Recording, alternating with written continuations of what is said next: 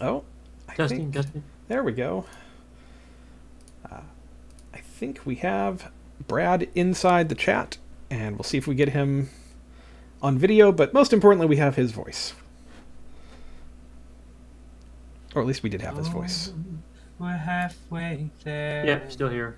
Ah, I was trying roll 20 video and voice before, so that's Gotcha. Yep, no, we're only on video on Roll20, and if for some reason it doesn't end up working for you, we will just keep rolling tonight.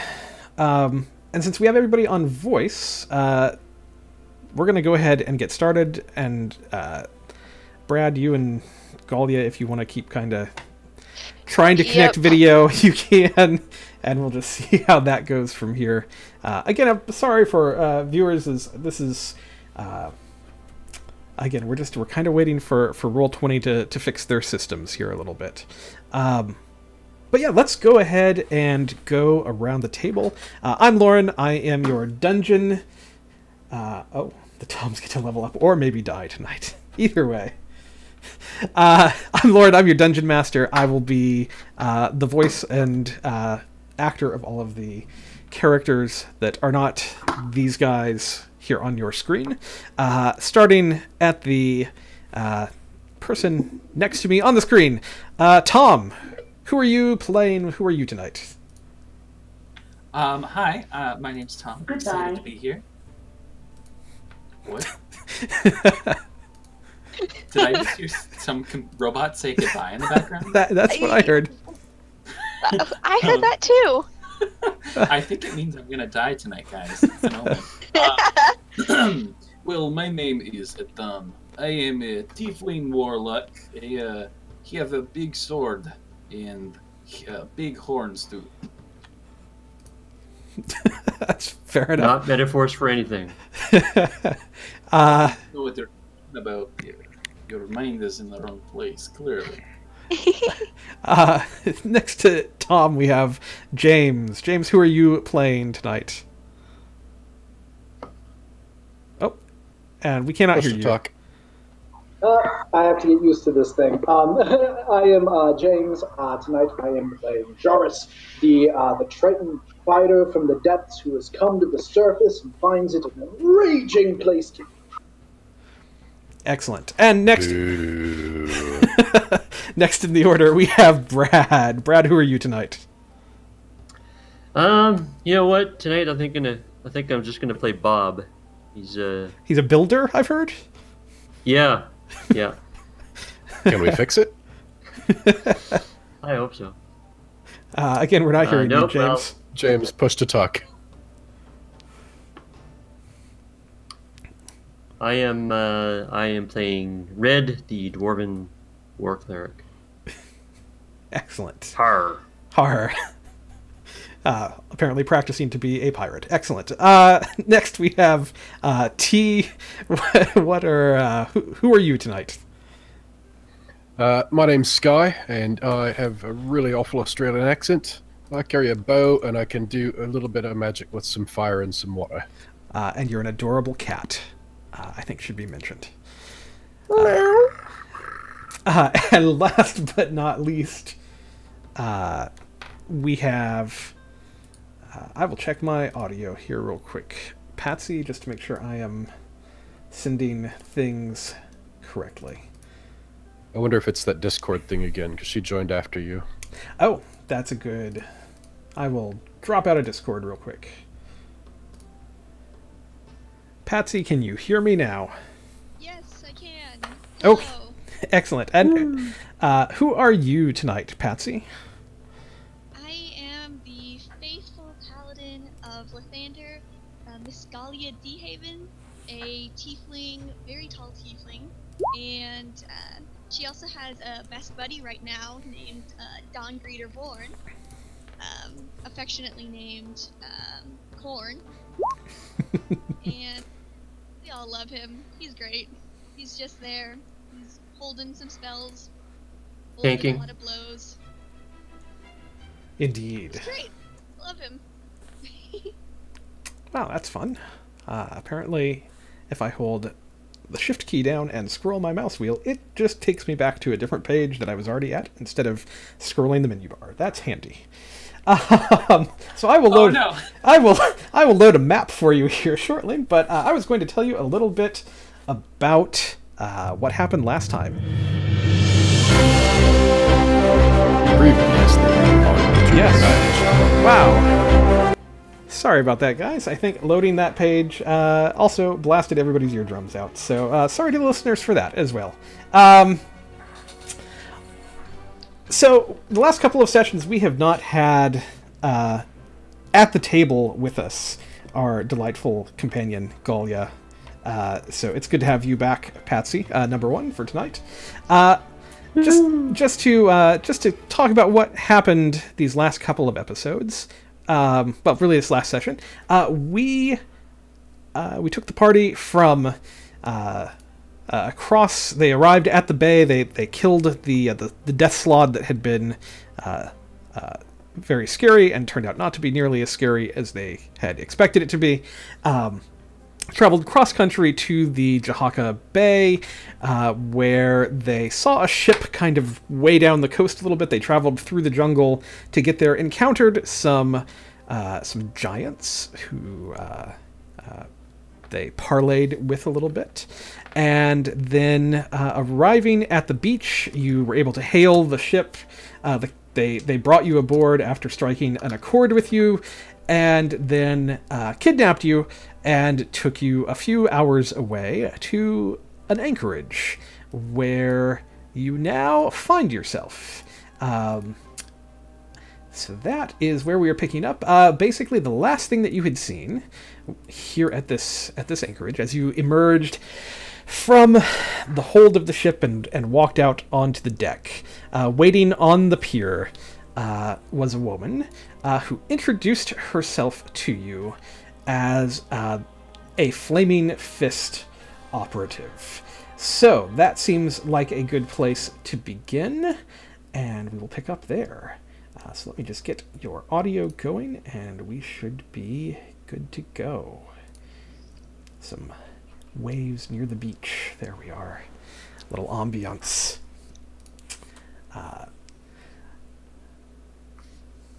So let me just load up a page here, just because it closed out all my notes that I had open when it reset Roll20 there. All right. So yeah, emerging from the below decks, obviously there are a number of sailors on deck. There are also additional sailors standing, kind of hanging out about the pier. And you can also see that there are some people who look more like soldiers, kind of dressed in more formal regalia, who are standing with this woman. And what all would you like to do?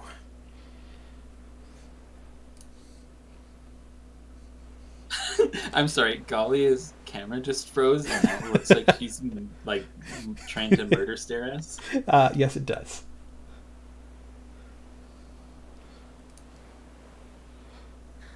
Don will step forward, I suppose, since no one else wants to. Hello, I am Don. These are my friends.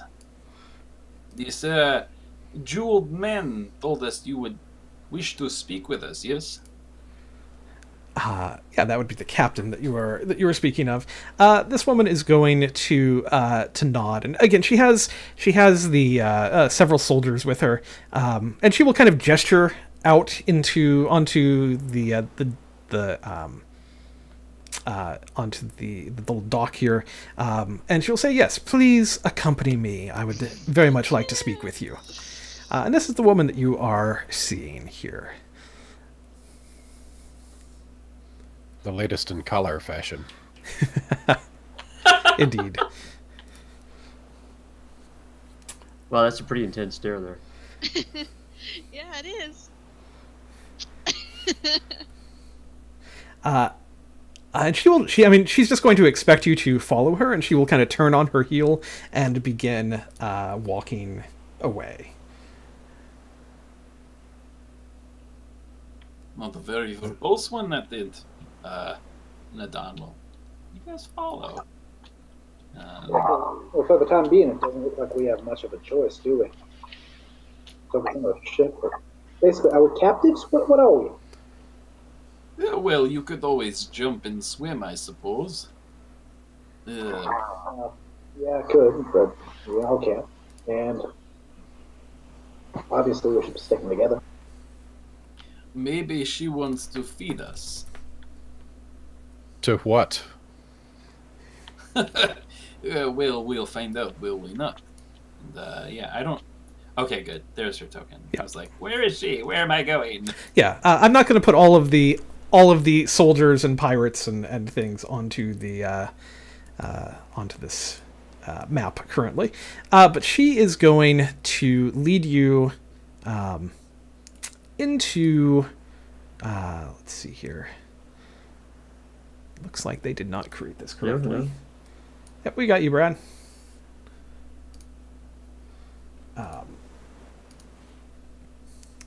She is going to lead you into, let's see, they did not create on Roll20 here a thing for the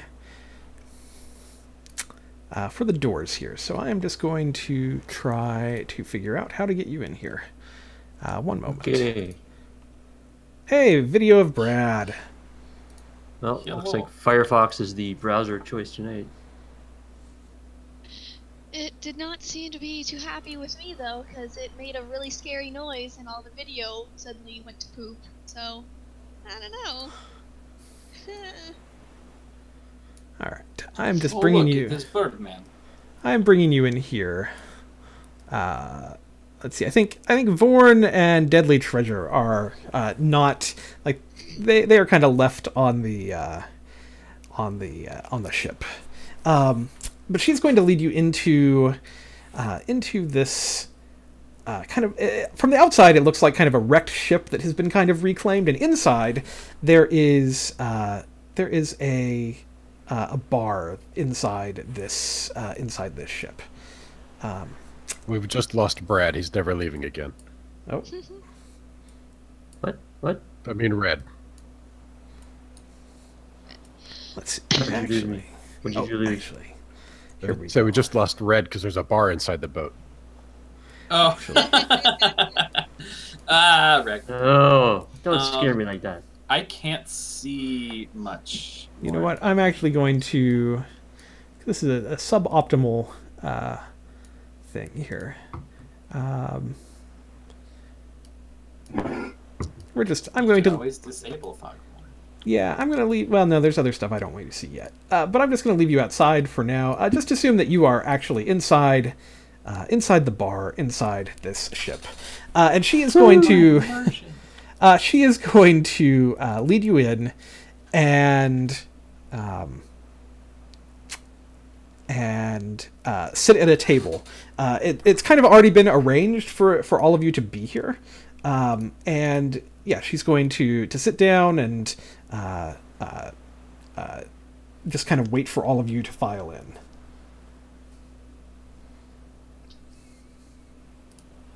Sky will file. Yes. Don will sit very close to her. Assuming she's sitting at a round table where there is the option to sit next to her. Yes, she is. So as you all sit, she will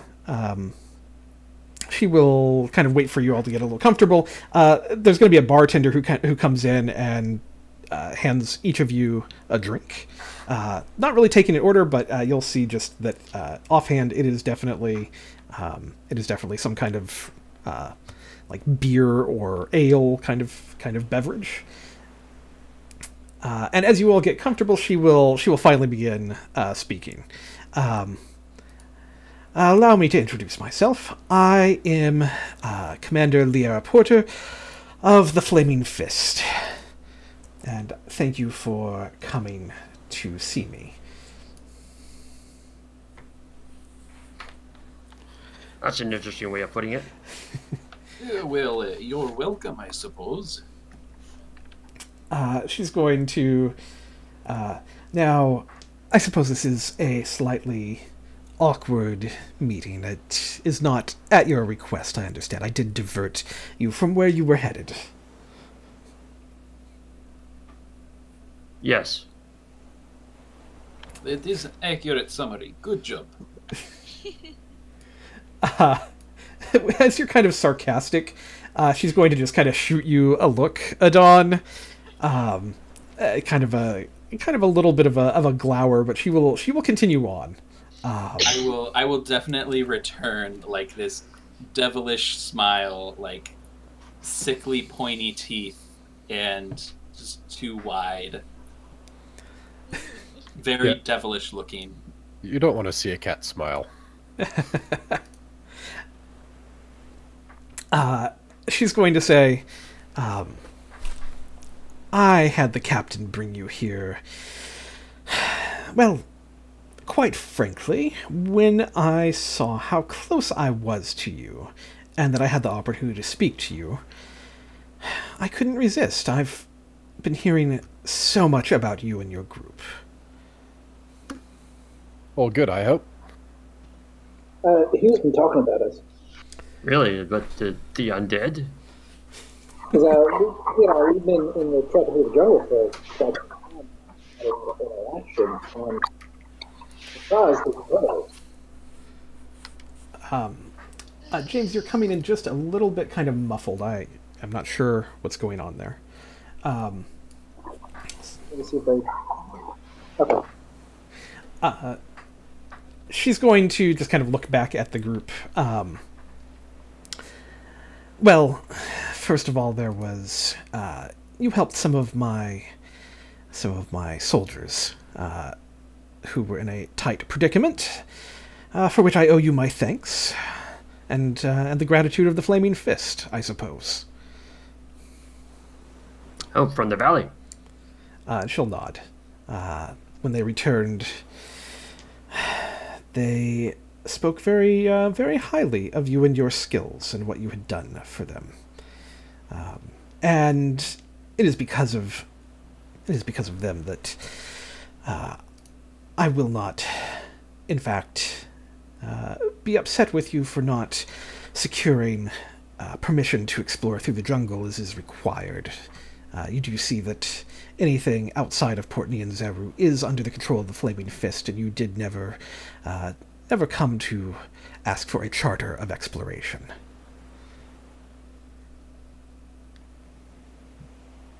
Well, I didn't grow up in Port Nyanzaru, and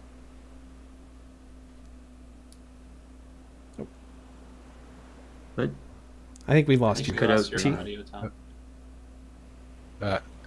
I didn't come from Port Nyanzaru, and I'm not under the control of the Flaming Fist. Well, I might be right this second, but not in general. She's going to just kind of wave her hand. It does not matter. I have a charter for you here, and she'll pull a paper out and hand it to, I guess, Adon, who is probably the closest to her. I'll like that awkward thing when your hands touch when you're like trying to hand someone something. I'll do that on purpose. I'm just trying to make her as uncomfortable as possible, honestly. And I just like my fingers rest on her hand a little bit too long, and they're like, I guess I'm a tiefling, so my fingertips can't really be like too cold. But he'll just make it really awkward grabbing the document. Well, I appreciate that. It is good to know that we can now travel through the jungle unmolested by your gentlemen. Sure. We just have to worry about giant zombies, dragons, small frog people. What other sort of things are out here? There's nasty fish in the river. Dinosaurs, they are pretty common. Yes, all those things. She is going to nod. Yes, it's very dangerous, and you and your group have proven very adept at dealing with all of the dangers of the jungle that it has thrown at you so far. And she's going to look around, although it would appear that your party has changed from the report that I received. I believe there was a couple of smaller creatures. There was one with a large pole that figured into the stories.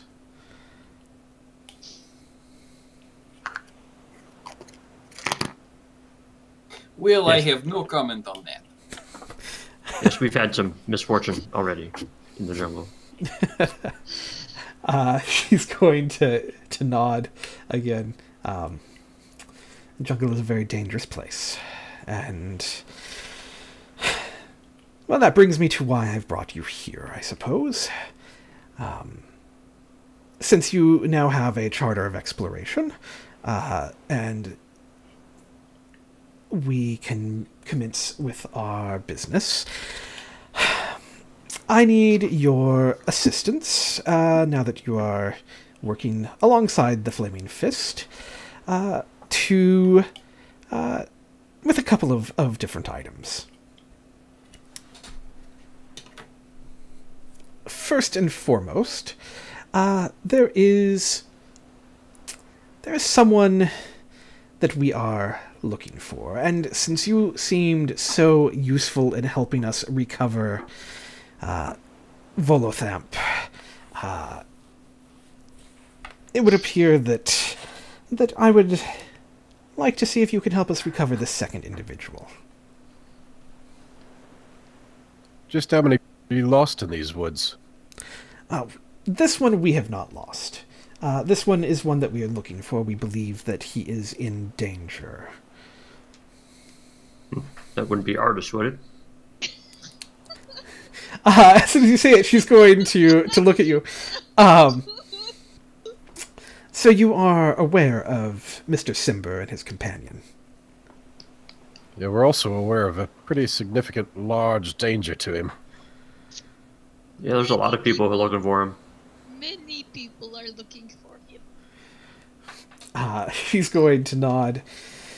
Well, my interests from Baldur's Gate are also seeking him, and as you say, there are many dangers and people seeking him here in this jungle, and, well, since your group seems so adept at fighting off the dangers and are intent on heading further into the jungle, I would like to secure your services. Yes, and as my father said, if you're good at something, never do it for free. If I may, our current business is not in the jungle, it's along the coast, it's the snout of Ongar, and this is more important than any of your lost people. We need to be on our way. She'll nod. Once we come to an accord, I will happily send you back on your way. And turning to Adon, she'll say, of course, yes. And that is why you will see in the in our contract that I just handed you, that I have, in fact, awarded you a very generous share of any profits that you might find in our territories, much more generous than I usually hand out to any adventuring party who seeks out into the jungle. Can I take a peek over at that contract to see what defines generous sum? Adon will unfurl the contract, interested, and lean over towards Galia so they can both look at it. Sure. So looking at this contract, it is written out, and it's saying these adventurers may be in the forest. They have the authority of the Flaming Fist. All of that kind of thing. It is a charter that gives you exploration rights, and it is very, very generously written out to grant you 50% of anything that you find within Flaming Fist territory, which extends, of course, from basically anything south of Refuge Bay and into the jungle they have claimed as their territory. So really anything that you find from here on out, they are claiming half of. Half That's a great sword. self-reported, right? That'll work. Well, you know, I'm sure there is room for interpretation. I found this rusty dagger. You can have half of it, I guess. Interesting contract. You know, I wonder, would we be so useful to you if we were dead? She's just going to shrug. It's more than likely that you'll just die in the jungle anyhow. Right, so, what's to stopping us from, let's say, just leaving? I mean, besides obvious the swimming, but... She's going to look around. From here? Well, first, I don't believe there are enough of you to crew one of our ships to wherever you would like to go. Secondly, if you're heading back out into the jungle, then very well, I suppose, but good luck to you with whatever you're up to, and we will probably never see you again because you will die. Thirdly, if you haven't noticed, there's an entire fort of my soldiers and other sailors surrounding here. I mean, sure, you could kill us. I mean, I deal with death threat every day, just walking through the jungle. But we are absolutely useless dead, so I don't see how this benefits you at all. Well, I don't intend to kill you, is the answer to that. I've brought you here to secure your help. Right, I forgot to mention my dissatisfaction. Half? I don't think so. You do no work and get half? No. You get 10%. At most. She's going to shrug. I can take the paper back, and you can have none, if that would be the case. Most adventurers who secure rights to delve into the jungles of Chult receive a 25% contract. I have already doubled what I standardly give to anyone who would travel into the jungles. Well, I am not standard. I am exquisite. She's going to... she's going to kind of... roll me a persuasion check. I think with that. Also, have some inspiration. Nice. In response to that, I'll spend my inspiration, and I'll just take it right back. 21. 21. Yeah, she's going to reach out for the contract, and will, if you hand it to her, she'll pick up a quill and kind of begin scratching onto the paper, and you'll see she crosses out where it says 50%, and she'll write in 75. Somebody agrees you're exquisite. That is magnificent number for a magnificent woman. And she will say, as you can see, this is a very generous offer, and if my patrons back in Baldur's Gate knew of this, I'm sure they would replace me. So, as you can see, this is a mutual sign of respect and trust. I will wink at her and take the contract back without being weird. And she will say, now, we believe that Mr. Simber is in the jungles to the south of here, and if you were headed down to the Snout of Omgar, then you are probably headed into the general right direction, perhaps south of where we expect him to be, but certainly if that is where your travels are taking you first, that is no problem. Just when you find him, we ask that you do everything you can to bring him back to us alive. We would prefer to return him safe and sound to those who are looking for him. Is he going to want to come back to you safe and sound? She's going to shrug. I don't know, but I would doubt it. I would imagine that if a man runs into the jungle, he is first not of sound mind or exceedingly exceedingly arrogant in his own prowess, and I'm sure it is pure luck that has allowed him to survive so long on his own. It well, is to for... be fair. Mm-hmm. Well, to be fair, her name's Liara, right? Yes. Liara is much easier to look at than the giants that are hunting him, so you take what you can get, eh? What is it that makes Ortis so valuable to you and to the Flaming Fist and your patrons back at Baldur's Gate? She'll shrug again. I'm afraid that I don't actually know what makes him so valuable. I just know that I have been asked to look for him and ensure his safety as he returns to the Sword Coast.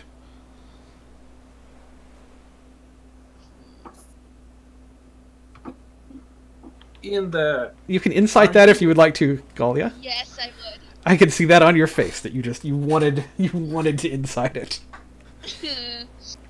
I mean, that to you that feels pretty accurate. That she isn't necessarily going to know exactly why her commanders or that kind of thing might want something. You know, it's definitely military style. Go for it, Adon.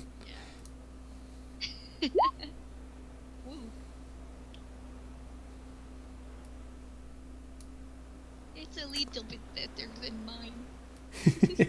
Yeah, okay, so maybe there's a little bit more to this, but you're definitely feeling like this is a chain of command thing mostly. Dawn. I mean, that strikes you as pretty true.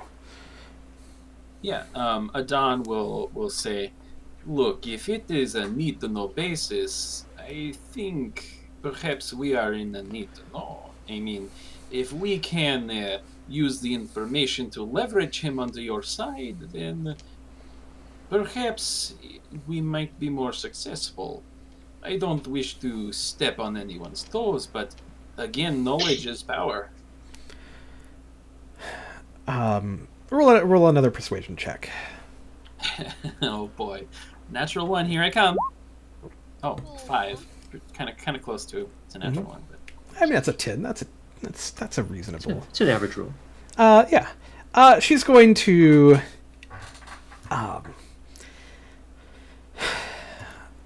The little bit I do know is that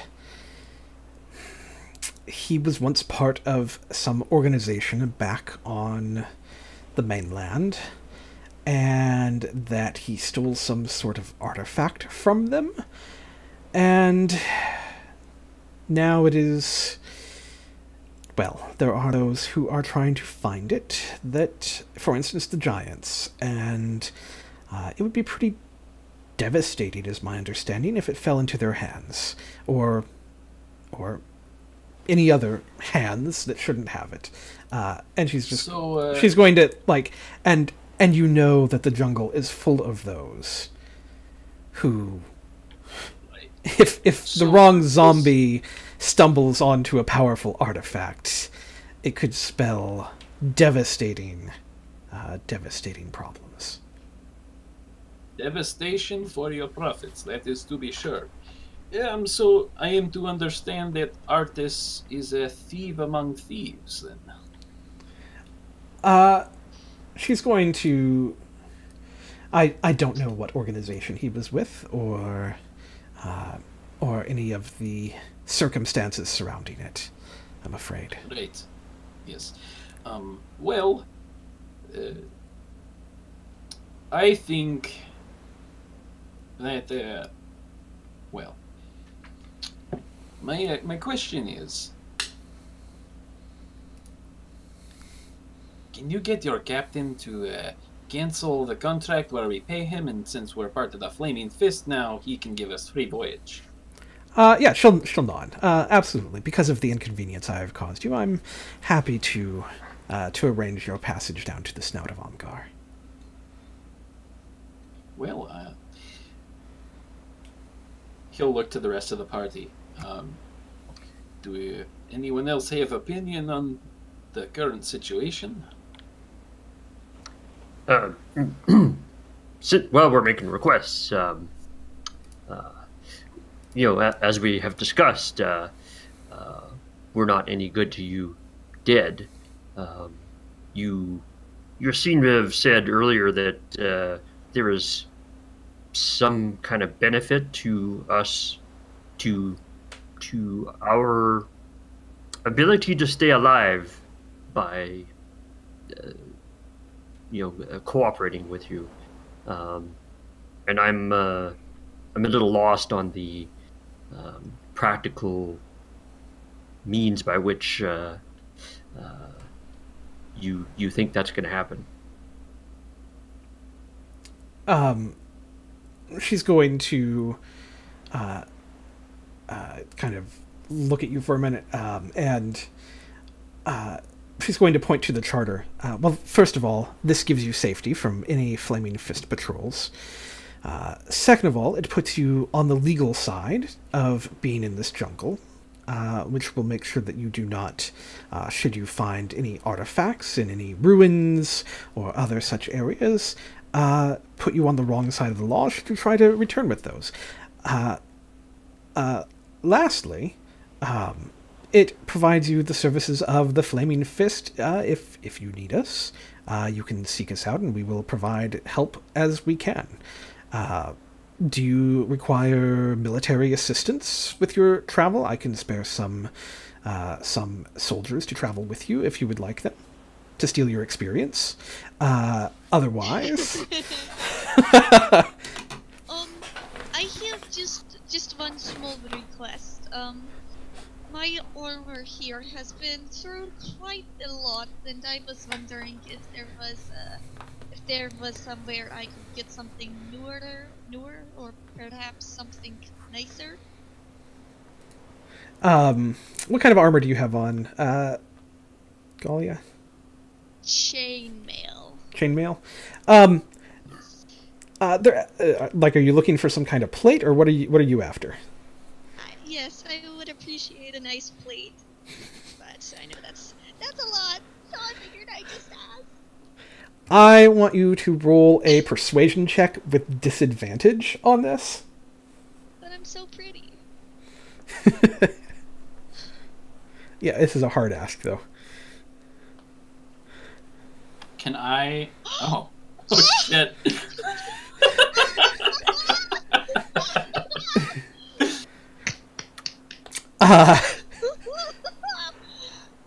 She's going to nod, and she's going to kind of just gesture at one of the guards, who's going to exit the building, and a little bit later is going to return with let's see, let me see what exactly they've got.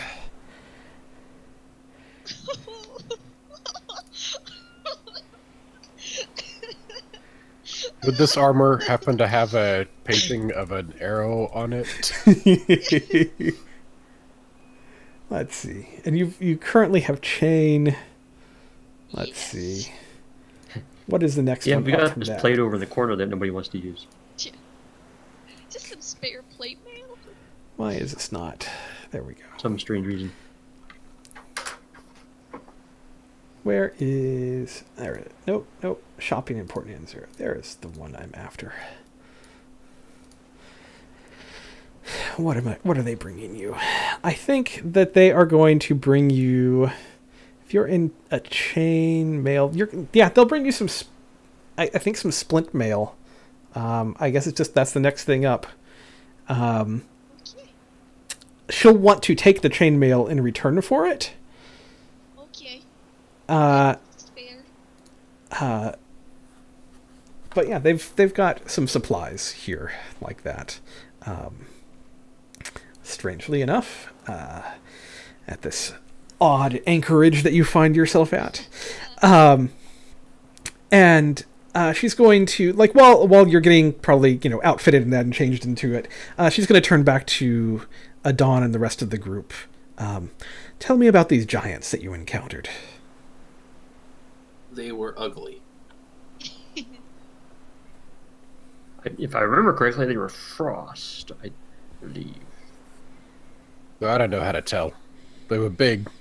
They weren't overly unfriendly, I thought. They have wolves made of ice with them. Yeah.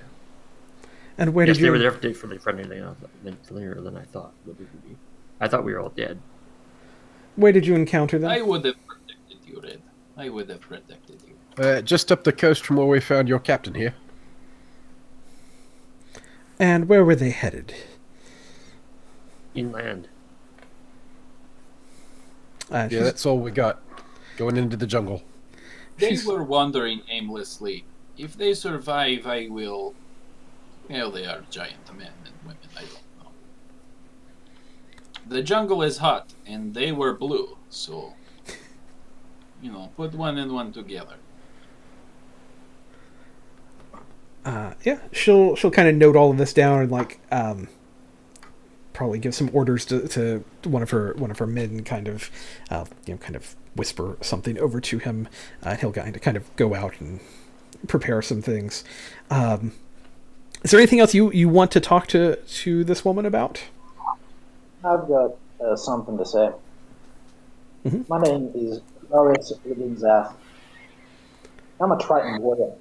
I am sworn to guard the earth against the terrors that swell beneath. I will not be a pirate, and I will not be joining your organization. She's going to look around the room, and she's just going to shrug. I am not a pirate. I am part of the Flaming Fist. We are the rightful law of Chult, and we operate the soldiers who help try to protect this jungle.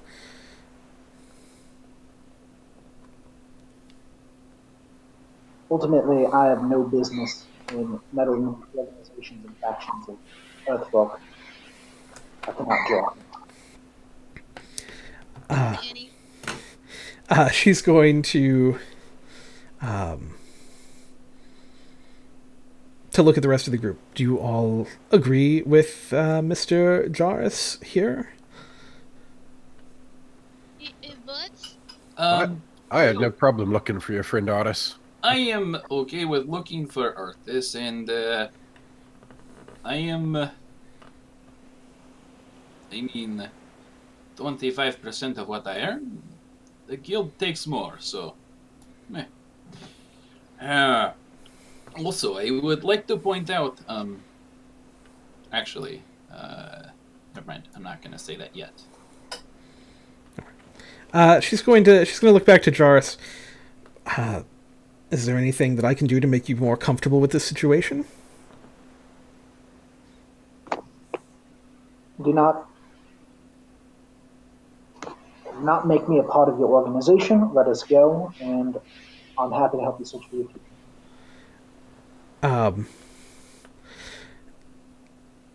You are free to go. If you do not wish to be a part of the organization, then please do not step into the jungles of Chult, for they do belong to us. Aside from that, yeah, you are free to go.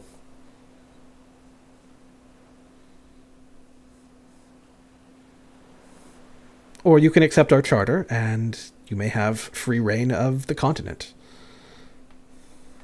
Just to clarify, you said that Artis is in the jungles south of here. Are we going to go round by boat, or are we going to go through the jungles headed south?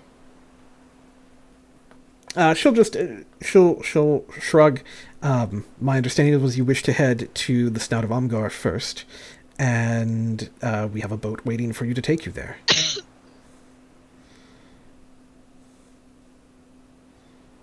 All right, Yeah. we've got fairly pressing business, so we should probably get on with it. Yes, there is one last thing. Beyond my abilities as a warrior, I am also a trained healer. I understand supplying the gentlemen and women of your... What do you call this place? She's just going to... that is not important. It's one of our outposts. Yes, supplying outposts can be difficult when items of certain rarity are unavailable. I am able to produce potions that heal. Perhaps you'd be willing to trade? I think my accent's getting weird. Yeah, mine keeps changing too. Slipping in and out of Scottish, I think. Yeah, it's real weird. Traveled a lot. That's okay. What potions do you have that you want to trade? I have. That aren't useful. That aren't useful for us. I am. Well, seeing as I am, of course, one of your associates, and the rarity of these items is steep. Let's be honest. Perhaps I could offer you these potions for 80 gold each. I have 4 of them available for purchase.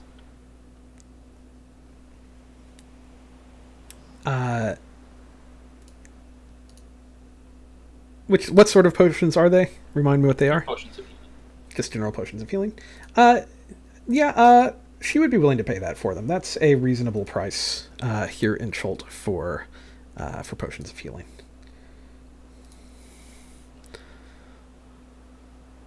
So Oh, yeah, fantastic. Yeah, I'll minus those off my character sheet then. Yep. 320 gold. Yep. Potions are rare enough that is definitely something they could use, and she will happily make that deal.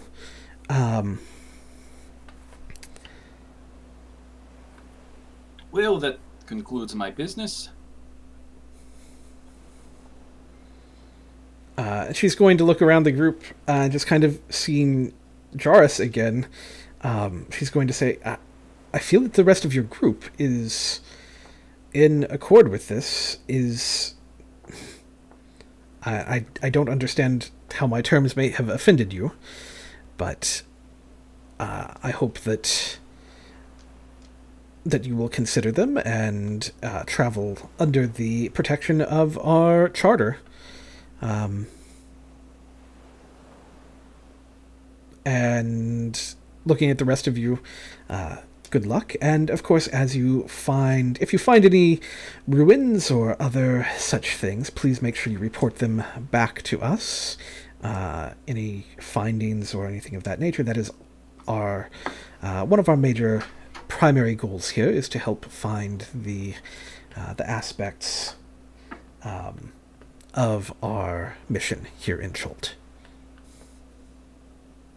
Pardon me, if I may ask for clarification, perhaps to help our friend Jairus here. If I understand correctly, you're just allowing us to, I guess, safe passage or to operate freely within the jungles, as opposed to that we are actually becoming some kind of member of the Flaming Fist. Am I correct? You hold no rank within the Flaming Fist. This is purely a way for you to operate within our guidelines. Yeah, I don't know if that helps any, Jairus. Well, that was not clear to me before. If I am not a part of the organization, then I have no problems taking a boat down to the start of going there. She will nod. No, this is not a form of conscription or any of that nature. We would abhor tactics of such a nature. She'll nod. Very well. Then if you have pressing business to begin with, I shall hand you back to the captain and send you on your way. I wish you the best of travels, and it has been a pleasure meeting all of you, and I hope that you can help us greatly, and as you already have. May the light shine upon you and everybody in here. Yes. Don looks up at the sun. Look, her wish came true. Yes. And the blessings of Moradin on you. All right, so she will stand and take, let you back to the ship, where where they will, the captain and the crew will be waiting for you. Good old Captain, what is it? Captain Al-Saraic? Nemo, yes. Again, this wonderful fellow with his gem encrusted tunic and his eye that is a gem. And seeing you, he'll welcome you back on board. It's good to see you all again. I've missed having you aboard the ship, and I apologize for the ruse earlier. Unfortunately, I had to bring you here when we made contact, and they found out it was you on board my ship. You could have asked. I feel like we're lucky Aragam isn't with us anymore. He would have been trying to steal this guy's gems off of everything he's wearing. Yes, Liara promised us a safe passage from now on, and, well, I got a better deal than I had getting on your ship, so I am okay. He'll nod. And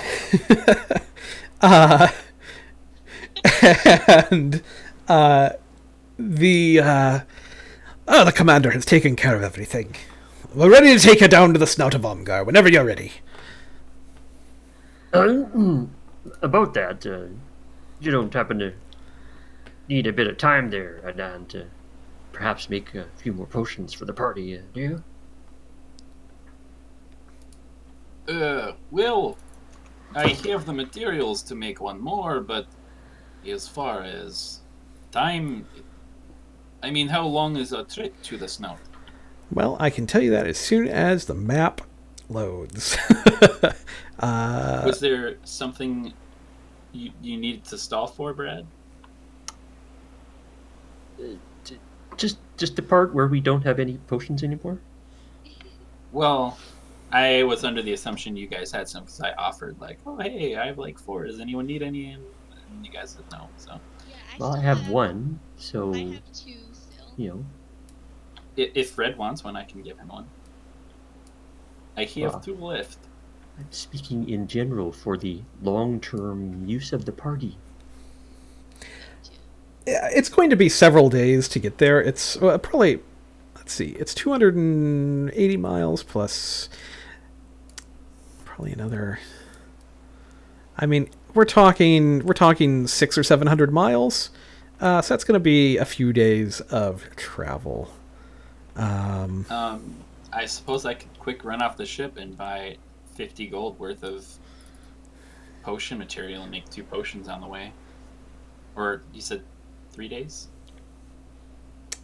Yeah, I'm going to say it's probably about 3 days of sailing to get there. Could spend 50 gold and make 3 potions if you're that worried about it, Red. I mean, Brad. It's up to you. Yeah, I will. I'll actually spend 25 gold. Do they even have materials for that? What all do you need? It's really nebulous as to like exactly what I need. It's just 25 GP worth of materials to craft a potion. I think that would be a harder thing to get here. Just because that's not their primary purpose. I mean, there's not really like a store here. Like that's not what's going on. This is an outpost kind of thing. Yeah. Then I will just make one of them on our trip. Okay. I'm gonna be repainting my armor to make it look all Lathander and pretty. Right now, somebody's scraping the paint off of all that chainmail. All right. Is there anything you guys would like to do before we head down towards the snout of Omgar?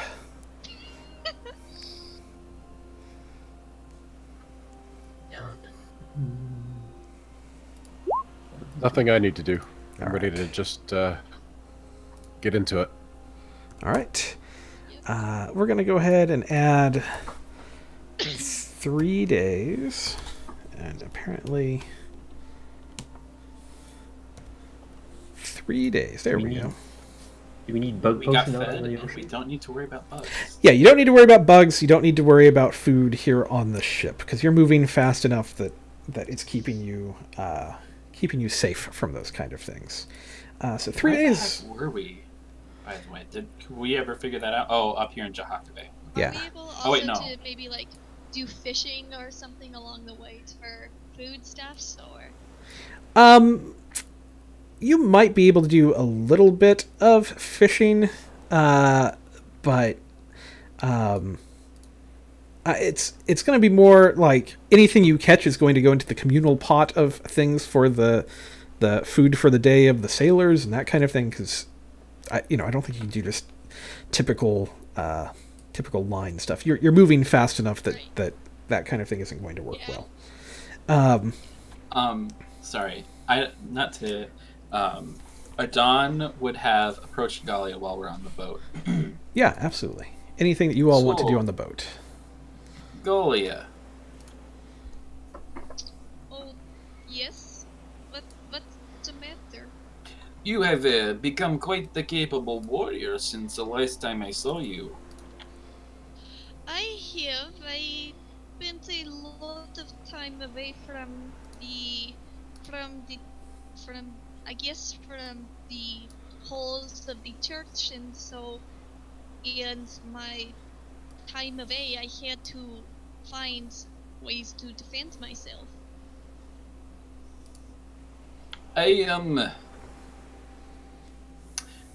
Do you want to fight me? In simply a little sparring match, that might be enjoyable. I Yes. would think. I was thinking the same thing. The last time we met, I was a feeble man, but now things have changed. I was thinking, well, to test myself, so to speak. I think that we could very much do something like that. I promise I I- won't curse you or anything. Oh, of course, and I would never try any kind of smite on you. I think that it would just be your strength against my strength. And so, in that, I would be very interested in how it would end up. Careful, you might end up blessed. I feel like players may have been talking outside of the game about things they might like to do. Oh, no. No, actually. Actually, 100% improv. Mm. All right. Yeah, so,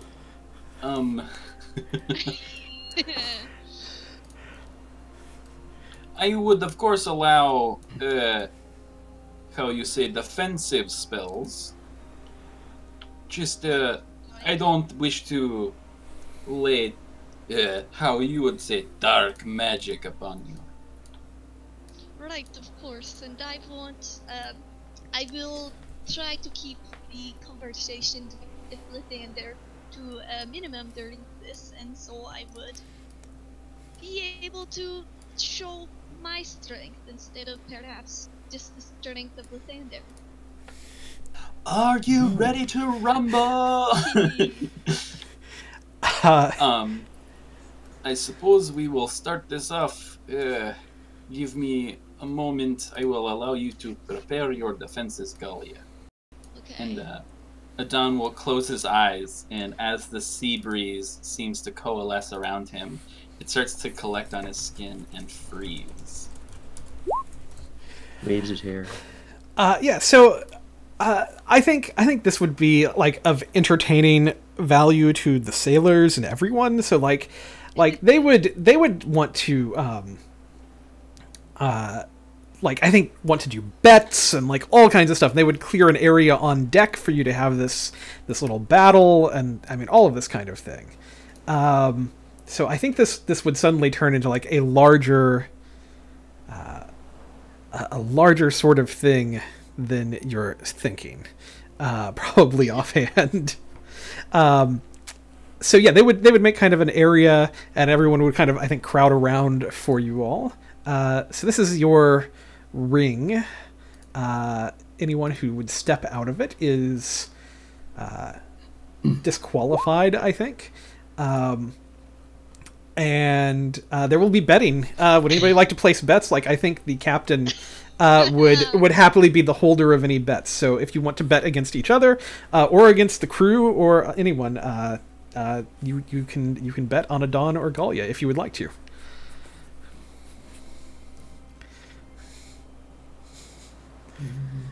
I don't think I want to bet on either of them or against either of them. Let's say it that way. Adon will stow his shields and he'll like snap his wrist with the sword in his hand, and the blade will dissipate and the handle will grow. I will not hold back, Galia. Right, of course. I would not expect that. I will give all my strength as well. Actually, Red being a soldier, he would probably do some betting. Mm-hmm. Who would he bet? Let's see. I think the crew is expecting Galia to win just because she's got like the big armor and like all of that kind of thing. So I think the odds are like tipped in her favor. So you're going to win more, I think, if you bet on Dawn, just from within the sailors. If Adon wins. If Adon wins. Adon is definitely well, he's probably scrawny compared to Galia. He's toned, but definitely not beefy. So what I'll say is like I'll give you like, you know, a 2-to-1 on Galia. If you bet on her and she wins, you're gonna win, you know, like at 2-to-1 odds. And if Adon wins, you'll get like 3-to-1, basically. I may as well go for it and try to make some money on Adon. All right, how much are you going to put down on Adon? I'll make it 10 gold. Big spender. I like it. All right. So you'll get 30 gold back if Adon wins. Wow. Okay. All right. Let's do this. I am ready. Adon is going to do one last thing before the battle starts. He's going to cast this. What to hell is that? I'm going to need you guys to roll initiative. Okay then. I need to click my token. Oh, that's not too bad of a roll for me. All right. Adon is going to have the advantage in the initiative roll, so he will be up first. Yeah. So Adon is going to breathe in through his nostrils, and like as he breathes out, something like a cartoony bowl. There's just gonna steam come through his nose, and the steam sort of builds up and billows around him, and he becomes a little difficult to see as this steam seems to cling to him. And he is actually going to walk forward 20 feet and then hold an action. When Galia comes in range, he's going to swing his greatsword at her. All right. Galia, you are up. I'm just gonna go towards him and give him a nice friendly smack with the battle axe. All right. I guess my triggered action will go off. Yep, as she approaches. Oh. Holy shit! Okay, here we go. Ignore the first part. I forgot to turn that off. So 21 damage. Holy fucking hell! Galia is bloodied. Yeah. That's not what I was expecting. He sort of like holds a pose, and as he does, she charges at him, and he brings his great sword at a diagonal slash upwards, and the blade sort of shimmers into existence and seems to go right through her armor and cut her open. Yeah, and as this happens, like you just hear like cheers and like people going like no and yeah, and you're like just sailors going and. Alright. Not a lightsaber. Alright see. What am I gonna do? I'm gonna cast my Shield of Faith again. All right, and so that is then I concentration. Yes, that's what I failed my con save before. Mhm. And then I'm still gonna give him that friendly smack I said I was gonna give him before. At disadvantage. Oh. 9 is going to Unfortunately miss. misses. At disadvantage. He's blurred. There's sort of like Oh, this steam right. clinging to him, and he is where he is and isn't where he is. He's going to sort of sidestep out of the way of her attack, and he is going to try and slash at her again. Oh, let me. Nope. Yes. Oh shit! No. Okay. Yes. And I'm going to. The battle axe attack is just. Actually, no. What I'm going to do is you're going to see her utter a very quick prayer, and her weapon is going to start glowing faintly. And I am using my channel divinity to add positive energy to my weapon and attack rolls. Okay. I don't have a macro for that I installed, but that's that. Is that a bonus, or is that part of your... Or is It's that your my action? All right. Adon is up. Adon just he's still sort of sidestepping her, trying to use his agility as a shield against her, and he's going to swing around with the great sword again. Oh no. Yeah, he is going to I guess I'll say it's a bonus action. He is a little worried now, and he's going to pull out his sort of like dropping his hold on the great sword, so he's not like carrying it, I guess. Like, I don't know, he sticks it in the ground and pulls out a shield, I guess. Alright. Now I'm going to smack with my great sword. Or not my great sword, my battle axe with disadvantage, but +2. Yeah, +2. So 10. The battle that takes the rest of the night. Excellent. You picked a fight with me at a 21 AC right now. Oh boy. Adon is going to, as his action, change the great sword into a long sword, and yeah, he'll end his turn, I guess.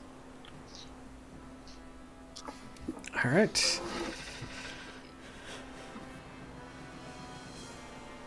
Galia. 19. Okay, that definitely hits. For a whopping 11 damage. All right. As your battle axe sinks into Adon's flesh, the steam that's been around him sort of freezes and shoots out in a massive spike, and you take 10 cold damage. 10? Yeah. Yes. You need to make a concentration check. Adon, was your spell concentration as well? My blur is, and I'm going to con that. Okay, just barely made it. Okay. Okay, so... All right. So Adon, what are you going to do in response? Yeah, Adon is going to sidestep again, and he is going to try and bring her down with this slash. I just gotta make sure I'm rolling the right one. Okay, yeah, this one. Oh! Holy. Damn. Well, that should just about do it. Yeah. Yeah, that's gonna... 13 damage. This is... Yeah, that's, you see her, she was really confident going into this, and then she just kind of flops to the deck. Unconscious. Yep, make some death saving throw. No, I'm kidding. Actually, Adon's not going to knock her unconscious.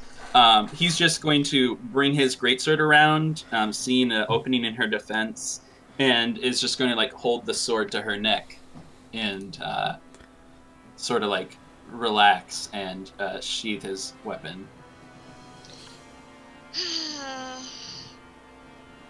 It seems that while you were training, you got a lot more experience than me. I think I actually just got lucky a few times, but you're a scary woman, Galia. It has a lot to do with the height. And the horns. Adon's going to gonna like pat her on the shoulder and like throw her arm over his shoulder and like walk her over somewhere she can sit and like pull out his healer's kit and start helping her bandage up. Yeah. Congratulations, Red. You won a lot of money. Yeah, 30 gold. 30 gold. Oh, I did not expect your magic to back such a punch. I mean, I did get 2 crits. Like, I feel like the battle was turning. I don't know. It would have turned in your favor without those crits. I feel like that was really lucky. Out of the 4 attacks I did, half of them were critical. Oh my gosh, golly, Miss Molly. Red will heal both of them Yeah, excellent. if they need it. And go ahead. I mean, you guys, this is some point during the travel, so make sure you take a long rest before you disembark the ship here on this final day. Anything else you guys would like to do on ship? Jarvis, Sky, Red, anything on board? Shut. All right. So 3 days are going to pass. With the highlight probably being the unexpected win of Adon against Galia.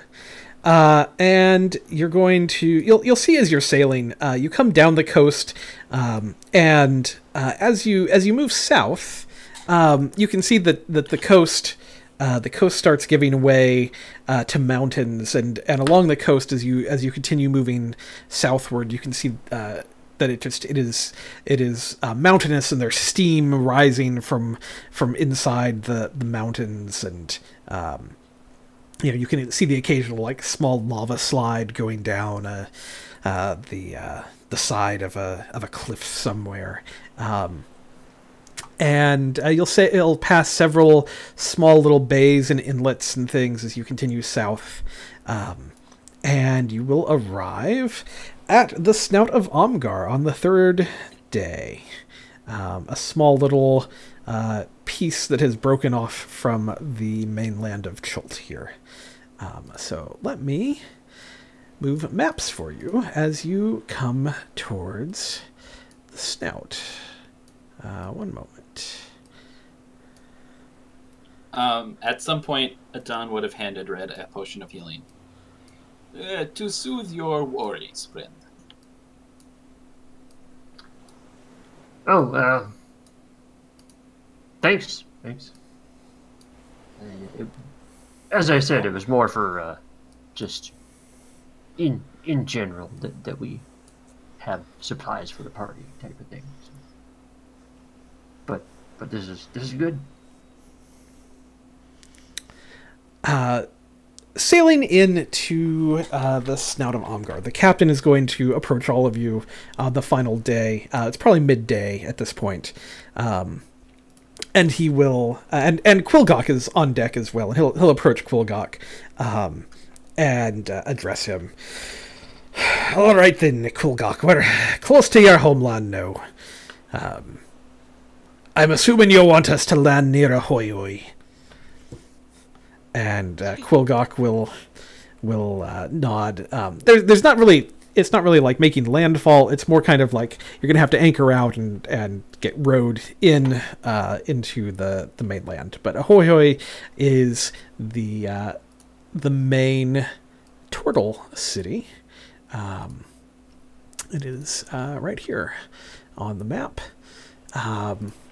And so the ship is going to sail close, and you will see a hoi hoi in the distance. It is a small kind of palisaded fort, if you will, that is located on the coast, and the ship will anchor off the coast, and the longboat will be lowered, and you all will be rowed to shore. As you see this, is there anything anybody would like to do before disembarking or on the longboat as you sail towards the town, or anything of that nature?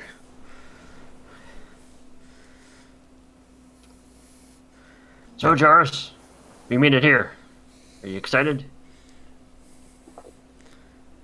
Yeah. Philgok, I don't think we should waste any time. Where's the temple that we're going to? Yeah, Quilgok will nod.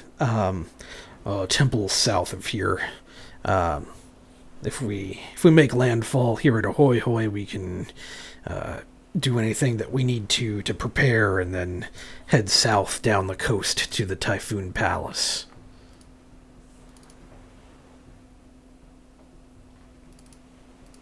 You got friends or relatives you want to say hi to on the way? Yeah, he would definitely have. He'll say, it's hard to say who will be here in the town, but if there's anyone here, of course I would like to say hello to them. Yeah, just as a point of bringing this up, I suppose, are there any customs we should see, or anything we should avoid? I'd rather not make enemies while we are trying to help your people. He'll shake his head no. It's not nearly that the Turtle are in general a pretty peaceful kind of race, so like as long as you're nice to them, like that's kind of the bigger deal. Like just don't be an idiot and you'll be fine, basically. Yeah, it might be hard for us. Yeah. Quilgok will laugh. You all have been good to me. Just keep treating whoever you encounter here like you treat me, and we'll be all good. And he'll look back at Jarvis and just thank you again for bringing your group here.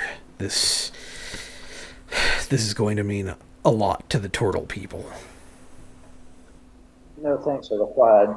Whatever's happened at the Typhoon Palace is an intolerable threat. Yeah, he'll definitely agree with that. He is definitely not happy with what is going on there. Oh. So, did you hear how or why these Umberly perhaps took power in the snouts in the cities? Well, from what I understand, the Typhoon Palace is old, and whether it's happening a long time ago, it's just England. I think you're breaking up again, James. Sorry. Whatever happened with the palace when Emberly and her worshippers were there, they're long gone. There's still some taint, as I understand it. Wrong sewage magic.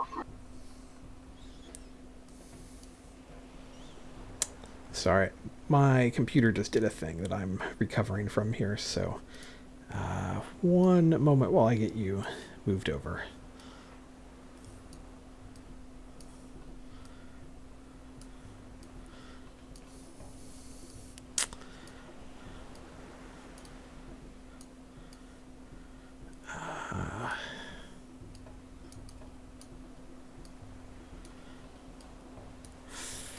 Firefox may be working better with Roll20, but it is still not working great for this stuff. So, all right. So the town of Ahoy Hoy.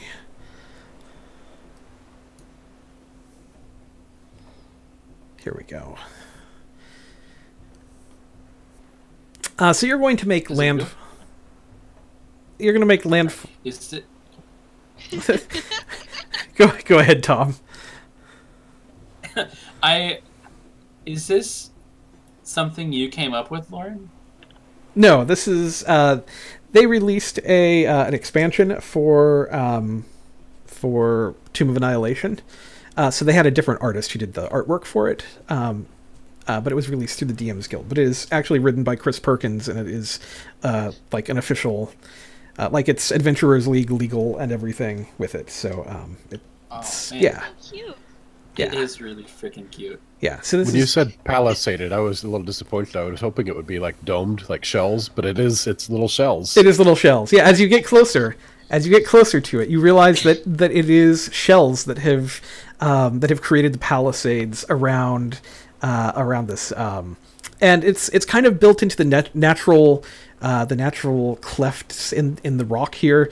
There's kind of a natural hill, and there's been a little bit of landscaping and sorts of things that have helped to fortify it. But overall, it's very in tune with the nature of the place.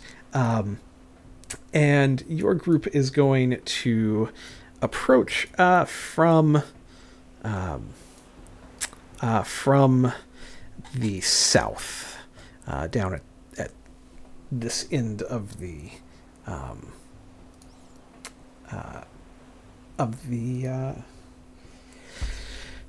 city. And as you approach, sorry, I had to restart Firefox real quick, so all of my stuff has to reload.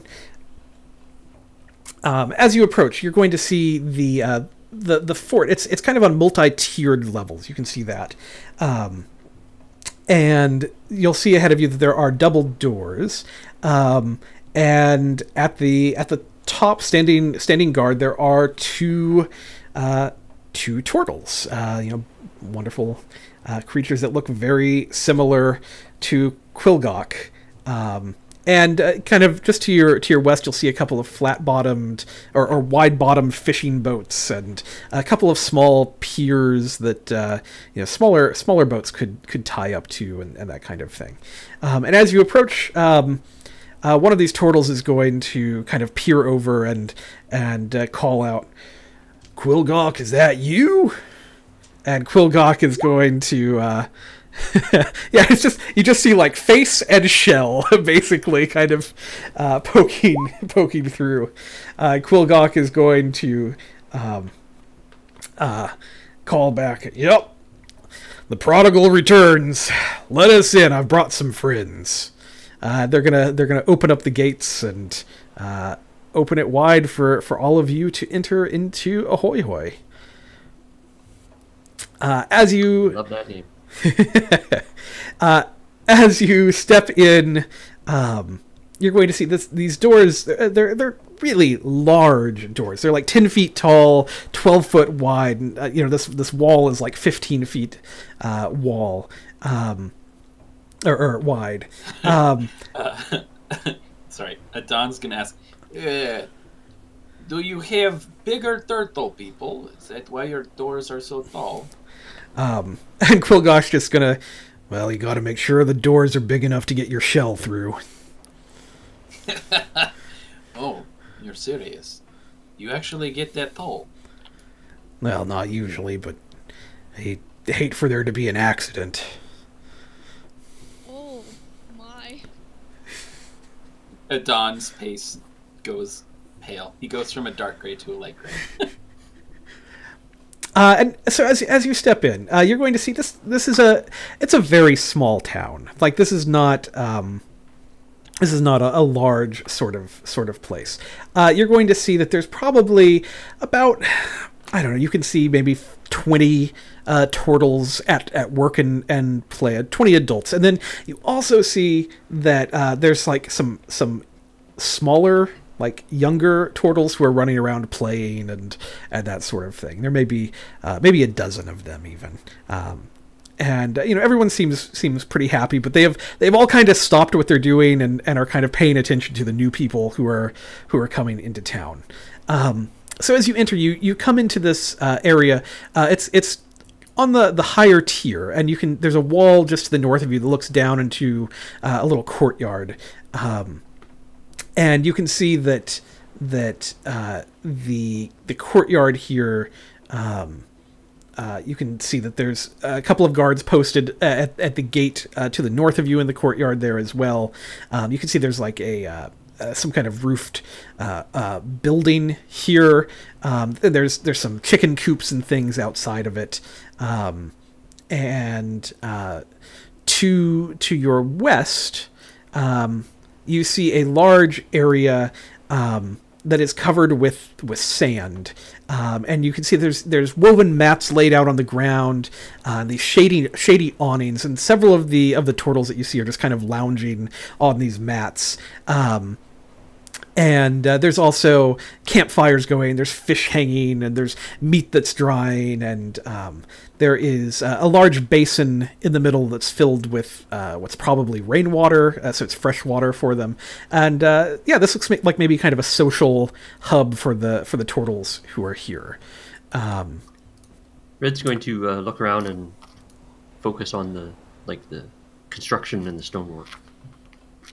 There's not a lot of stonework. That's kind of the biggest thing. I mean, there's a little bit of it, but most of this is constructed out of wood and out of shells. The stonework that you are seeing is largely to kind of go into conjunction with the natural flow of the stone here of this area. So there are a few areas that are kind of carved out of stone. You can see. Just above this living quarter, there's kind of stone and above it, up on this terrace here, and where you're standing, you can see that the stone steps leading down and kind of the guardrails. It's all kind of been carved out of this natural stone here. So it's actually very impressive, if not simple, construction. It's definitely not dwarven. And I think you would probably, with your stone sense, probably assume that it is turtle in construction. What all would you like to do as you step into this town? Don takes off his shoes and gets the sand in his toes. Yeah, absolutely. And as Quilgok steps in, several of the turtles kind of, who are lounging over here, stand up and come over and greet him, and it's obvious that people know him here.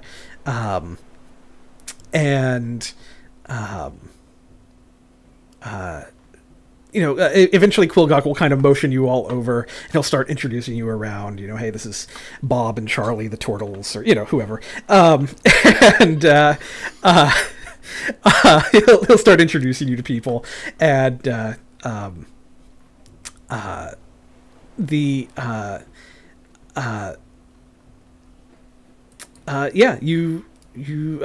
you are very much welcomed into the town, and there's going to be another turtle who's going to kind of emerge from the group.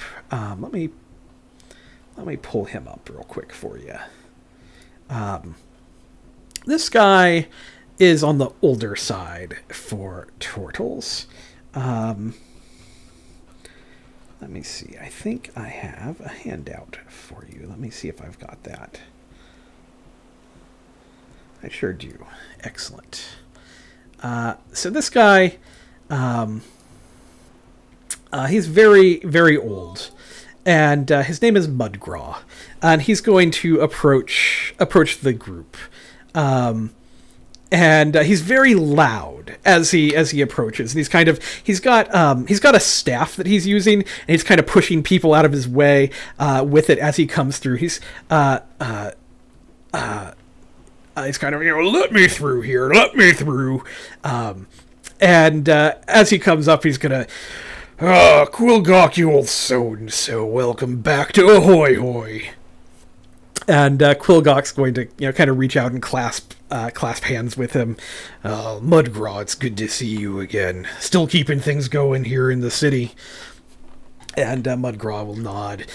And who is this that you've brought with you?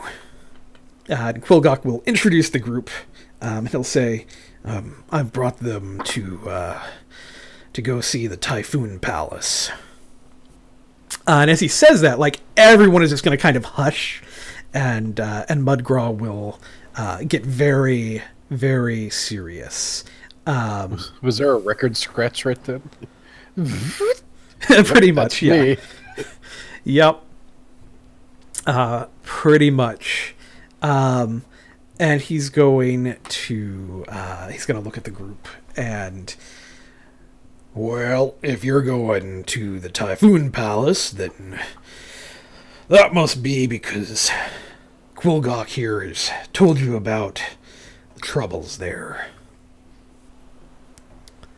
Yeah, we do seem to find troubles wherever we go. He told us if there was some kind of evil inside of it, and I am not a fan of evil. Quilgok's going to point at Jarrus, and he's going to say, this is Jarrus. He's a Triton, and he knows something of the goings-on with evil sea creatures. I'm just here to right the wrongs that allowed this to happen in the first place. Mudgraw is going to, he's going to nod. Well, if you all can help us recover the rest of our island and bring it back safe, then we will owe you a huge debt of gratitude. And you can see he has a medallion hanging around his neck, and he starts kind of rubbing it as he's talking, like almost in kind of a soothing or like he's a little agitated kind of way, and just kind of starts rubbing on that. That is fine craft work there. I have eye for things like that. Then, what does that pendant mean? If he'll like bow his head, if that is not rude, of course. Mudgraw's going to kind of realize that he's touching this thing. He's going to look down at it. I found this on the mainland years ago. He'll kind of hold it out, and you can see that there's kind of a pattern on it. It's kind of a maze pattern, and he's just going to say, "It's brought me luck over time. I like to say that life is a maze." Amazing, and he'll like snap into finger guns. Yeah, Looks a lot like. It looks a lot like your shield guardian. I just lost the word. Medallion. Yeah, I mean, this looks a lot older, I would say, than the medallion that Gallia is carrying around. But they are both definitely medallions.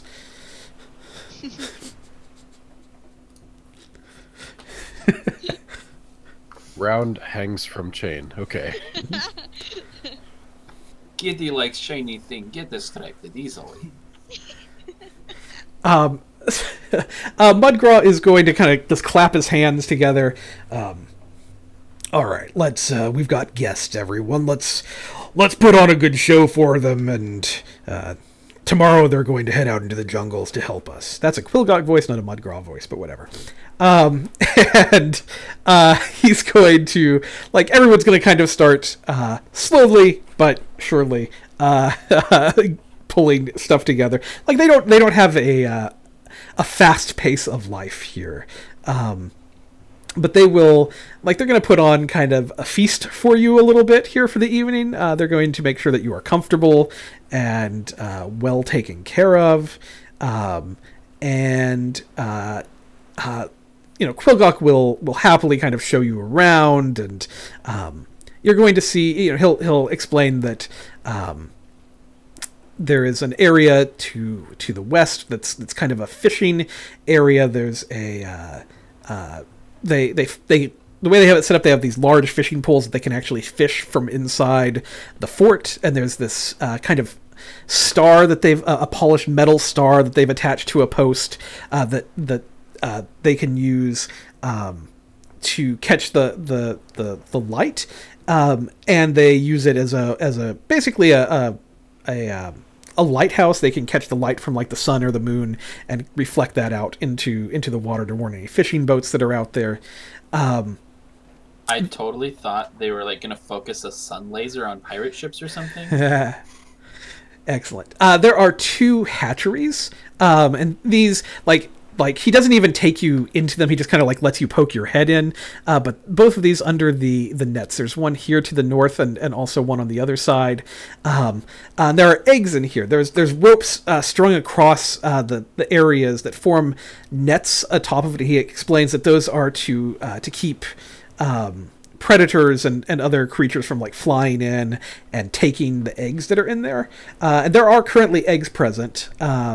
And there are a couple of elderly turtles in here who are kind of watching the eggs and making sure that they are safe. A typical turtle egg weighs about 5 pounds, and it's kind of a communal growing process for them, and they make sure that they're safe. There's a small amphitheater to the north, to the northwest of the camp. One of the big things they do here is they are storytellers. Like, stories are a huge deal within turtle culture.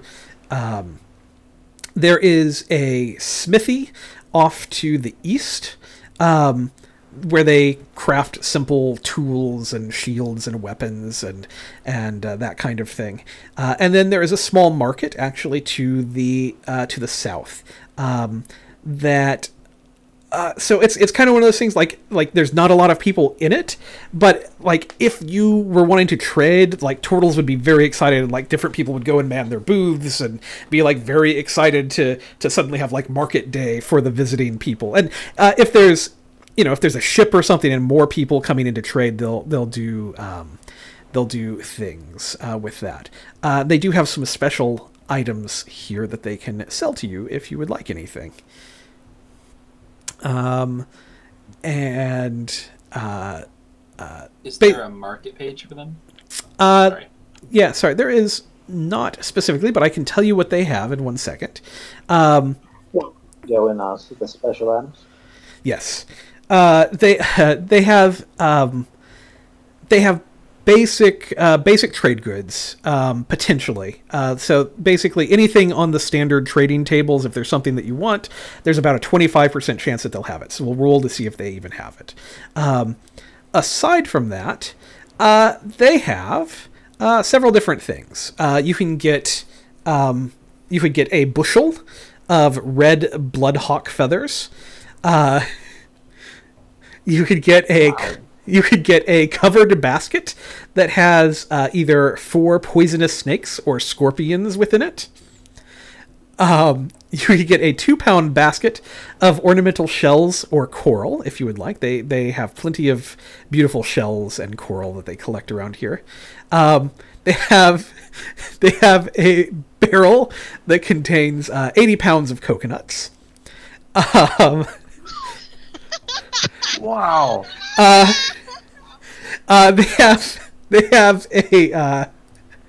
They have a couple of wooden cages, and you're going to see that in these cages, they have one of them has a bloodhawk in it. Another one has a flying snake.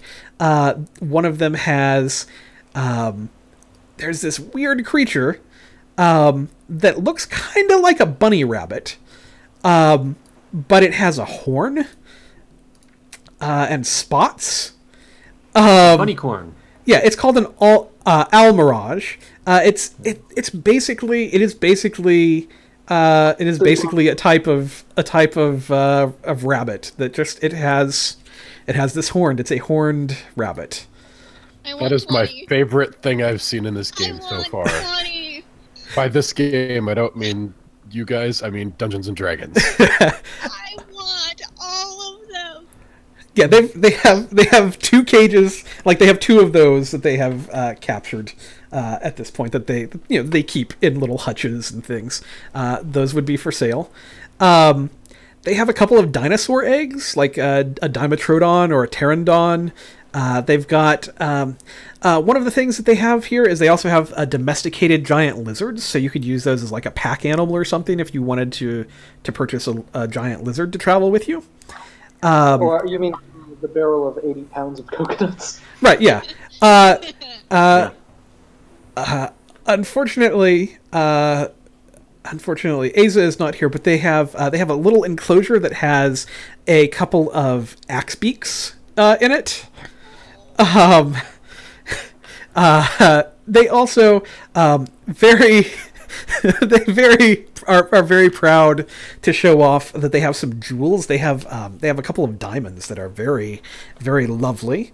And then they have a 25-pound stack of flail snail shell fragments, which a flail snail is a type of snail that has these shells that are useful for various, I believe, spell things and what have you. Let me see if I have a picture of a flail snail for you.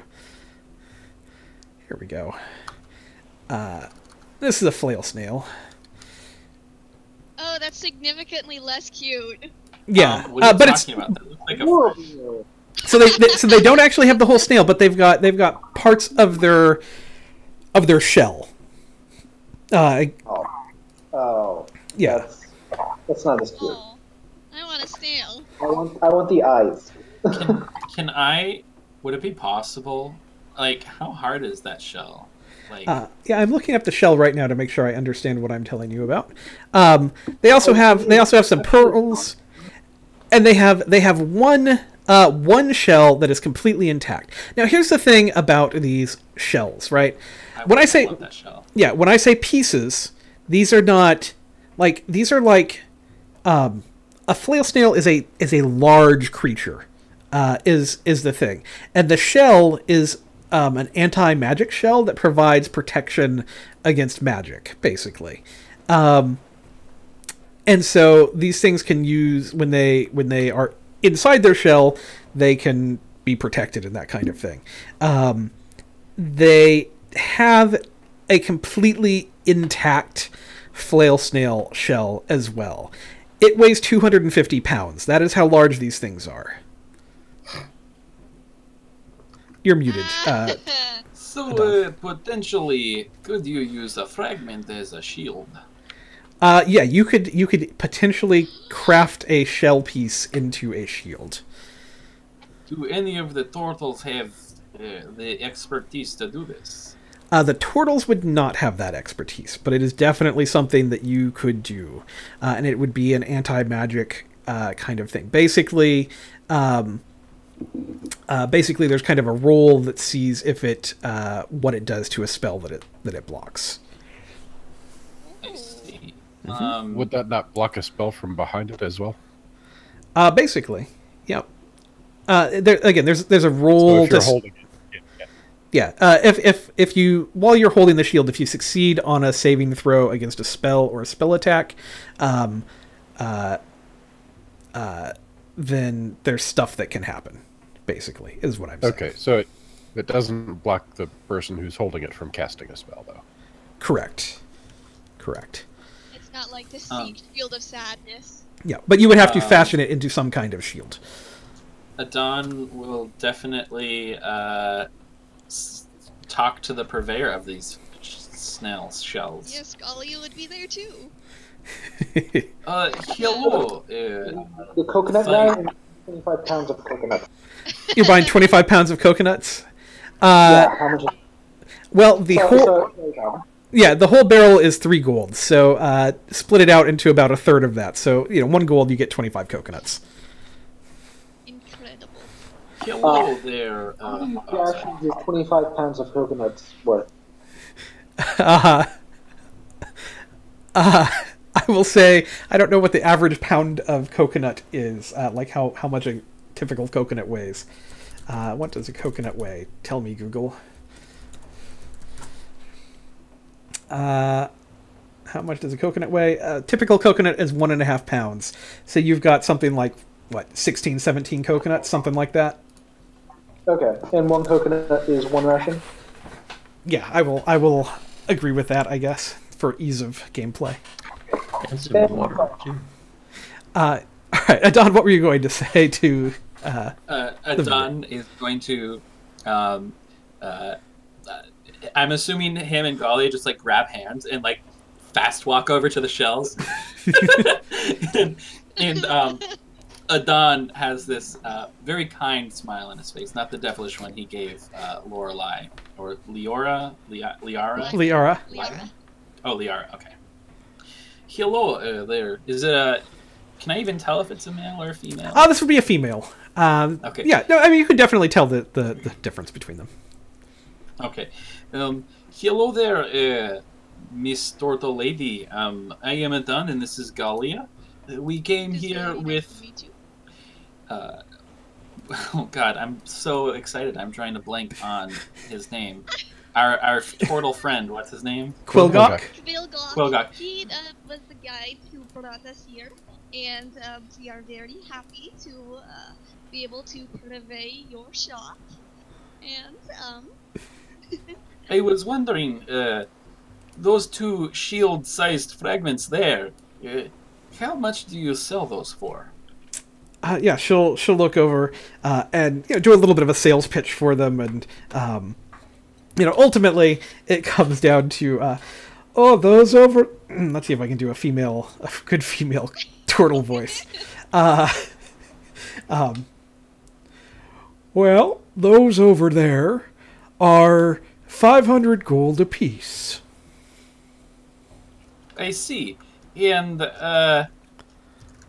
I'm gonna quick whisper over to Galia. How much gold do you have? I only have a little under 200 gold. I'll whisper back. Fuck. You see, we are travelers, and we heard about the plight on your island, and, well, we are going to try and release the darkness that, or rather destroy the darkness that is on your island. We also are in need of protection from foul magic, and we think we might be able to use these. Between me and my friend, we probably have, like, 500 gold. How would you feel about trading both of them for 500? She's going to roll a persuasion check, I guess. That's probably a good... Wait, can I give any kind of help for that? What are you going to say to help with his... I also have some other goods that we could perhaps trade in addition to whatever deal you might be able to give us. And I pull out, I have our magic scroll, the ice knife one, that nobody wanted to use, so I just have that, and I'll be like, we have this magical spell that perhaps could be of use as well. Alright, go ahead and roll with advantage, Adon. Oh, fuck, I forgot to turn on advantage. I guess I'll just roll again. Yep.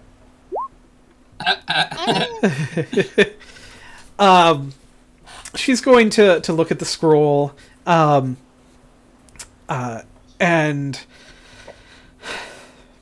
she's going to think for a minute, and then she'll nod.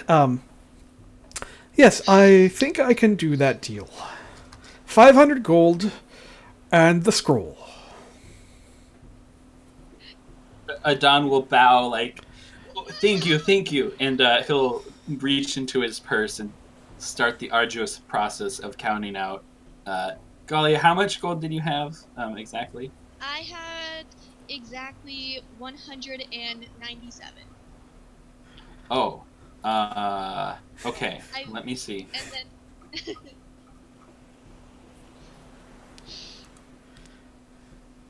Okay, so I have enough to cover that. Are you willing to part with all that gold? I could probably leave you with like 25 gold. Just because I was gonna buy more rations for us if we. Okay, yeah, I will front an extra 25 gold over what you can cover, so you can keep that 25 gold. Okay. All right.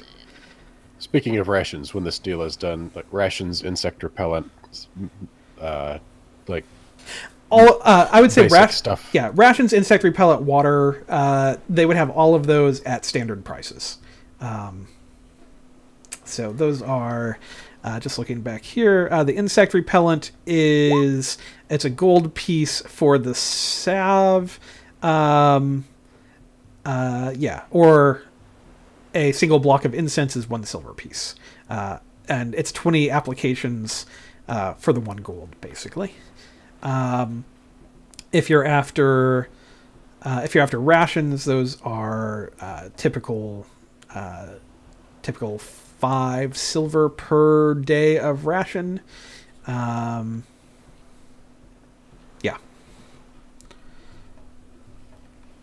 Water you can fill up for free at their basin.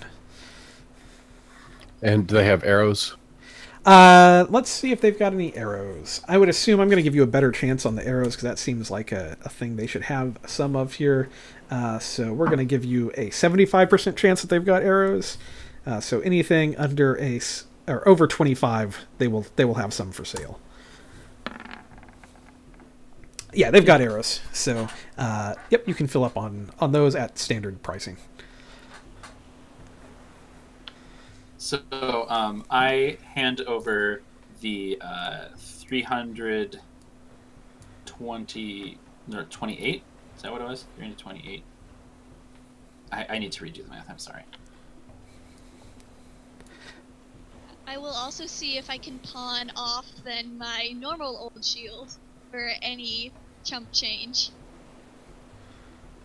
Well, keep in mind, these things are not ready to be used as a shield. You will have to turn them into one. Oh, okay. Yeah. And they are 25 pounds each at this point. Okay. Okay. And Yep. neither of us have the expertise to do that. I'm assuming we need some sort of smith or an armorer. Yeah, unless you guys have some kind of crafting thing that you think should allow you to do it. I make beer. You do have a woodworker amongst you who might be able to do something, but You also have a leather worker. Maybe their skills combined, Yeah. They can make it. if they'd be willing. A boat out of it. you can make a boat out of it. Was anybody wanting to buy a pet rabbit? I really want to, but I know I can't. Just I'm to not show you ready how to adorable they are again. I'm not ready to invest my feelings in an adorable creature and either one die and lose the pet, or it die and me be devastated. I will say they are only 5 gold. I will come back on my honeymoon with Eugene, and this is where we'll honeymoon, and we will get a pet, a bunny boy. Does the El Mirage have any other properties other than being cute AF? They actually do have an attack with their horn that they can do. With its horn, if you use it as an improvised weapon, it deals piercing damage instead of just bludgeoning. They have a +5 to their attack, so yeah, and it's basically dagger damage. So you're using the rabbit as a weapon? No, the rabbit can attack. The rabbit can attack. Oh, okay. But it has 3 HP, so probably not a good idea. On guard, squeak, squeak. I would. just to be clear, I absolutely would allow it as an improvised weapon at some point in a battle if you did wish to use it that way. Not a thrown weapon. No. Not a thrown weapon. No. Also, I feel like I read somewhere that you can use them as some kind of a familiar, potentially, if you're a wizard. But I don't remember where that is. I need to take a level in wizard now. Yeah, with the DM's permission, the Find Familiar spell can summon an Almirage. So that could be, if anybody ever wants to play a wizard, this is something you could have as your familiar. Yes. Why can't Aragon be alive?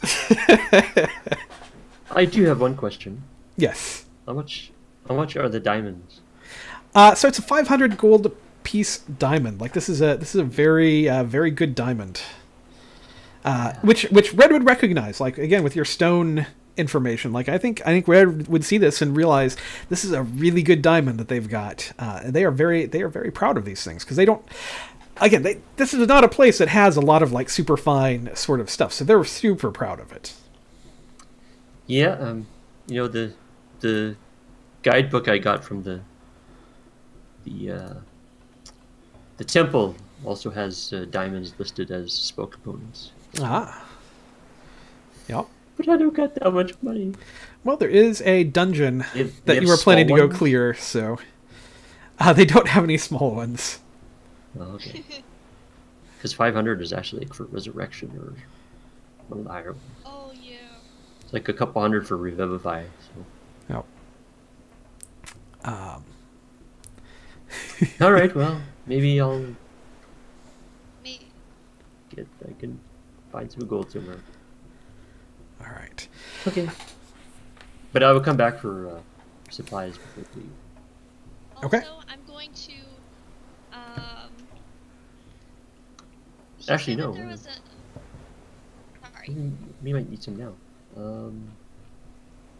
I will get 20 rations. Okay. Yep. They're standard price. So yep, absolutely. What were you going? What were you going to say, Galia? I was just gonna ask if we could. You said that there was a blacksmith in town of some kind. They do have a smithy here in town, so you could go talk to their smith to see if there's something he could make for you. Yeah, I want to go to him. Golly and Adon sprint over. Yeah, holding their shield, their shell fragments to go get a price quote on how much it would cost to get that magic shield made. Yeah, a magic shield. I think it would be more lugging and stumbling. Yeah. Okay. So to fit this thing into a shield, like it's going to take some craft work. It's going to take a few days for them to be able to craft it, which is also going to set aside like the things they are working on for the village to focus on this thing for you, because this would be a very fine sort of item to work on, right? So it's probably going to be another 100 gold to craft each of these. Adon will speak up. I don't know if you know of our quest, but we're here to destroy the agents of Umberly. Is that how you pronounce it, Golly? Umberly? Yes. That's what Jara said. Yes. The Typhoon Palace. That's what it's called, right? Typhoon Palace. Yes. Mm-hmm. Yes. We're going to go clear the bad people out of there for you. And these shields would definitely be of great aid to us. And, well, I can offer two things in addition to any gold you might require. Hopefully to bring the price down, you understand. One, I could perhaps, when we return, spend a few days teaching your people how to make poultices and other things that can heal people magically.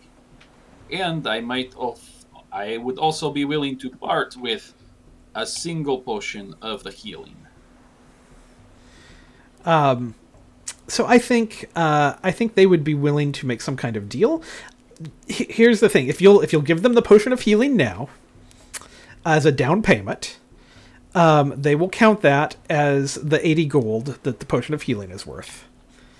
And then they will get started on it while you were in the temple, in the Typhoon Palace. And if you return alive and have cleared it, they're going to give you a discount, and it will only be another 50 gold on top of that, and hopefully they'll be done by then. Because it was 100 each, I'm guessing, or Yes. 100 for both? Yeah, 100 each. Oh, okay. Yep. That makes sense. So that's a 70 gold discount, but they're excited that you'll be helping out clear out the Typhoon Palace. Very well. You have this one. I produce a small clay pot and I give it to them.